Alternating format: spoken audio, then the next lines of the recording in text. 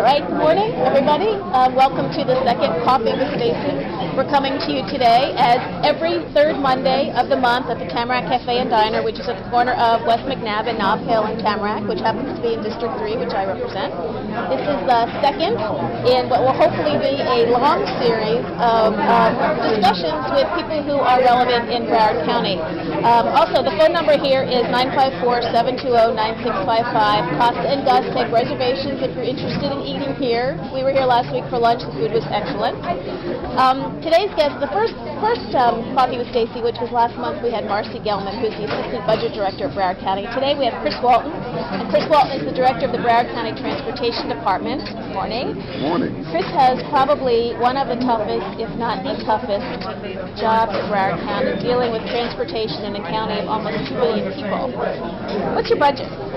Our operating budget this year is $114 million. As you should know, that's down substantially from we're probably at the same budget level when we were in 2007. So. At the highest.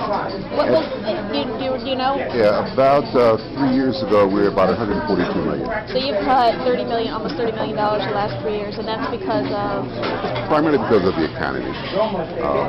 We're funded with a lot of assistance from the state and the federal government, as well as the county and gas taxes. So as fuel prices go up, people drive less. We have had some budget cuts in the state and the county as well. So all those combined have resulted in reduced transit services. So do you get any property taxes? No. You're not funded. You're funded with state grants? We're funded by 4 sources: gas taxes, the county's general fund, which would be property tax. We get state block grants and a fare box. Fare box is? A fare box is the money that people pay when they get onto the bus to ride. Now, the fare box issue comes up every now and then at the county for people who want to talk about the people who ride the bus, and if it's $1.25 to ride the bus, does that cover the cost of the transportation? I wish it did. I really wish it did, but no, actually it doesn't come close to covering the cost of the fare.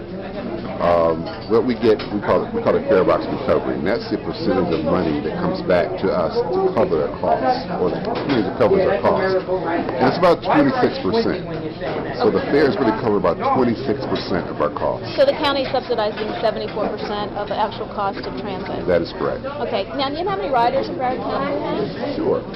On our fixed route service, we carry about 38 million passengers annually. Wow. That's a lot of people to carry. On how many buses? 300 buses. Now, I know that, and I've learned this from many county commissioners for the past 4 years, that King County in Washington State, which is Seattle, I think, right? Seattle. Is comparable to Broward in population? They're very comparable to us in our population. They're a little bit larger just geographically, but in terms of their bus system, it's much more robust. It's much larger. How many buses does King County have? I think there are probably around 800 buses there. So they've got almost 3 times the number of buses for roughly the same population. Go ahead. But the difference is, and you'll see that repeated across the country, where for our population and land size, our transit fleet is much smaller. It's primarily because of the way we're funded. We're not funded like most transit systems. Most are funded by some sort of dedicated revenue stream, whether it be a property tax or sales tax.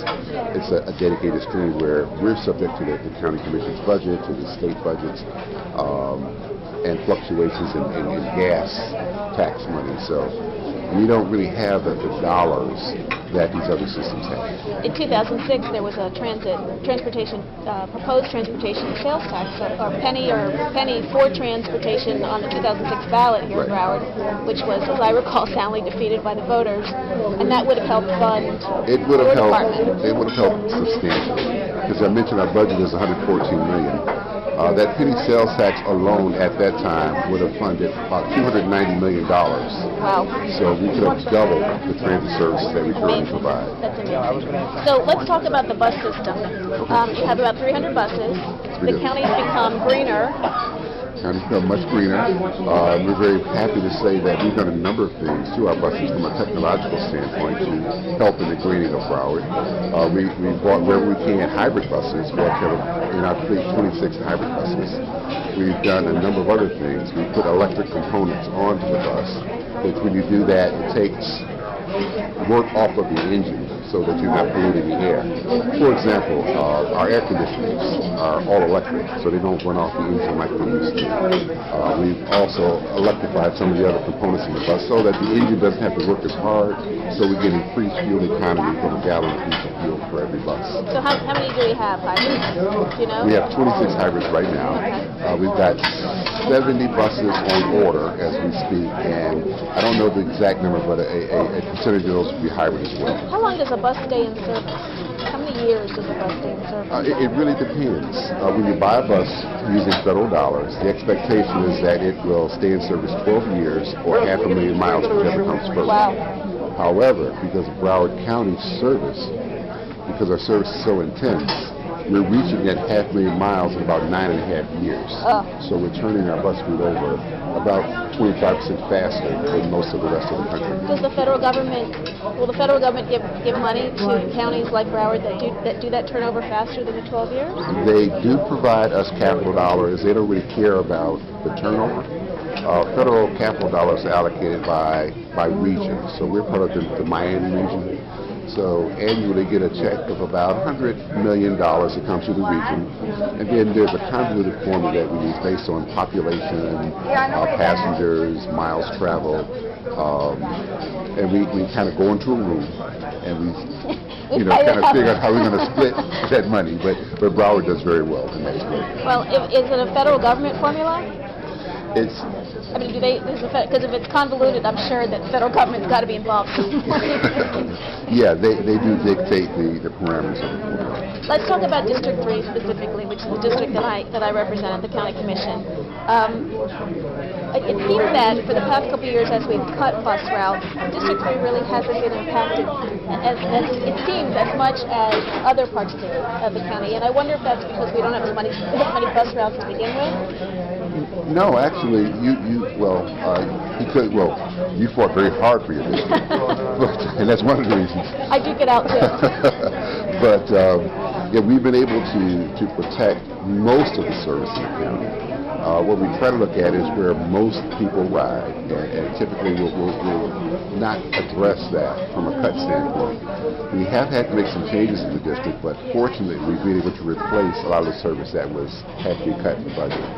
One of the things that we did, we had a route number 1570, but fortunately that route still runs today. It runs at a much lower cost because of the arrangements that we made with outside contractors and with the city itself. Ultimately, and I think as soon as the next week or two, we're going to transfer the service that we used to operate, that we're currently operating, over to the city, and we can operate it at a lower cost. So we're able to preserve the service. And I know that we're doing some capital projects out here in District 3. You told me when we were off camera about some bus stops that we're building. Right. We find that after more bus service, what our passengers really want are more amenities. Basically, they want someplace to sit, out of the sun, out of the rain. We've got about 5,000 bus stops in the county, but we have less than 500 bus shelters. Through the stimulus grant and a couple of other federal grants, we're allocating about $22 million for bus shelters countywide. And within District 3, we're probably looking at about adding 50 shelters over the next couple of years. Now, some of those shelters that I see are city shelters. Is that possible? I mean, I've had the conversations with one of the cities that represent Coral Springs, some of their city commissioners, about which is a county shelter and which is a city shelter. Right. Well, the plan is to have, through the federal grant, we are going to purchase them, we're going to install them, and we're going to turn them over to the city. So will they be in charge of the upkeep of them? They'll be responsible for maintenance and repair. Okay, let's talk briefly about another program that the county has, the paratransit program. Could you explain what the paratransit program is? Sure. The paratransit programs actually across the country started in 1990. It's a result of actually civil rights legislation that was promulgated through the Americans with Disabilities Act. What it means is those that receive federal funds for transit must provide equal access transportation to those who have either a physical or cognitive disability or for whatever reason can't get to a bus stop. Some areas of the county where we don't have sidewalks. So if there's someone in a wheelchair and there's no sidewalk, then we have to provide what we call door-to-door complimentary service. And basically what it is, it's a service that you call up and make a reservation, and we will come and transport you wherever you want to go in the county. And if you have any questions about it, or you think you're eligible for paratransit, give my office a call at 954-357-7003, and then I'll call Chris and ask him if you're eligible. And we'll take care of it. Call me, don't call Chris, call me, and we'll see if you're eligible for paratransit. Now, the paratransit program costs the county how much money every year? It's really the most expensive per passenger cost of any program that we operate. A couple years ago, it cost us about $30 million, or about $32 per trip each way. And we charge how much? We charge $3 per trip. So a round trip would be $6, yes, which cost the county $64. Back then. Okay. Now, we were able to, through a new solicitation, drop that cost by about a third. So right now, each one-way trip costs the county about $22. You know, it's a great program. I was really not aware of the program when I became a county commissioner. I tell people I lived in Broward since 1974 and didn't really know what the county commission did or how great it was with respect to services until I got there in 2006. But that's one of the programs that we provide to people that it's so great to talk about. People really need that program, and we provide that service. Most people I don't think even know it. Yeah, it's something that a lot of people don't know about. Again, if they call your office or feel free to call mine, we'll be more than happy to explain the program and explain the eligibility criteria. Thanks to Chris Walton this morning, who's the director of the Broward County Transportation Department. If you want to find out more about what we talked about today, you can go to my Broward.org website, and if you want to know when the next Coffee with Stacy is, also go to my Broward.org website and just click on District 3 for me, Broward County Commissioner Stacy Ritter. Today's video is going to be webcast on YouTube. It's not called webcast; it's called video casting on YouTube. I'm 50. These words are kind of really unfamiliar to me. And again, did I say I was 50 on camera? Oh my God. Although they'll put it out there anyway. And I want to thank Gus and Costa at the Tamarac Cafe Diner for hosting us once again this month for our Coffee with Stacy. Again, if you have any questions, don't hesitate to email me at sritter@broward.org or I don't remember my email address, 954-357-7003. And thanks again to Chris Walton, who's the director of the Broward County Transportation Department. Happy holidays. Thank you. Thank you very much. The same to you. Thank you.